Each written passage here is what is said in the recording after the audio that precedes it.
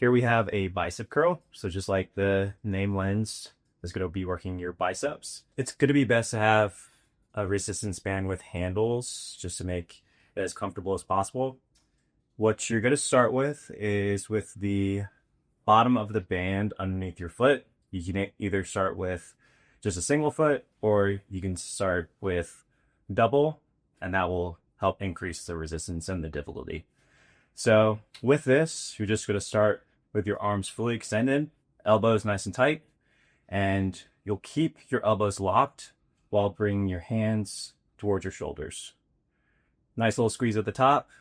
You'll control on the eccentric on the way down, and then explode on the concentric on the way up. So think 2 seconds on the way down, 1 second on the way up. And you'll repeat for anywhere between 8 to 15 reps. And then you can increase resistance, or again, starting with a single foot and then going up to the double.